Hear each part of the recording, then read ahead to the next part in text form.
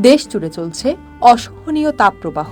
দিনের পর দিন প্রখর রোদে পড়ছে শহর থেকে গ্রাম। রাস্তাঘাটে লোকজন কম, আর যারা বাইরে বের হচ্ছেন তাদের অনেকেই পড়ছেন বিপদে।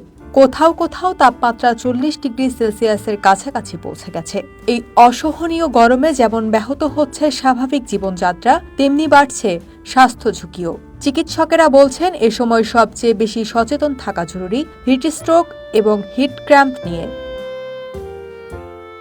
কারণ একটু অসাবধানতায় যে কোনো মুহূর্তেই ঘটতে পারে মারাত্মক বিপদ। হিট স্ট্রোক কি? বিশেষজ্ঞদের মতে হিট স্ট্রোক হল তাপজনিত অসুস্থতার মধ্যে সবচেয়ে বিপজ্জনক ও তাৎক্ষণিক চিকিৎসার প্রয়োজন হয় যখন শরীর তার স্বাভাবিক তাপমাত্রা নিয়ন্ত্রণ করতে ব্যর্থ হয় এবং অভ্যন্তরীণ তাপমাত্রা 103 ডিগ্রি ফারেনহাইট ও তার বেশি হয়ে যায়। তখন ঘটে এই হিট স্ট্রোক।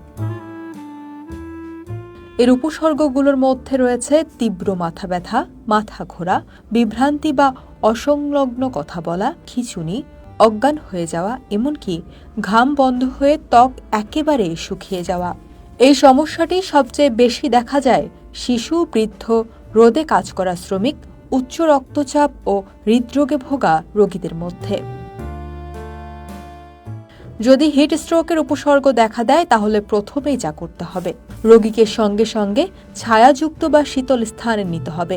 ঠান্ডা পানি দিয়ে শরীর মোছাতে হবে, কপালে বরফ বা ঠান্ডা প্যাক দিতে হবে এবং অবশ্যই দ্রুত চিকিৎসকের শরণাপন্ন হতে হবে।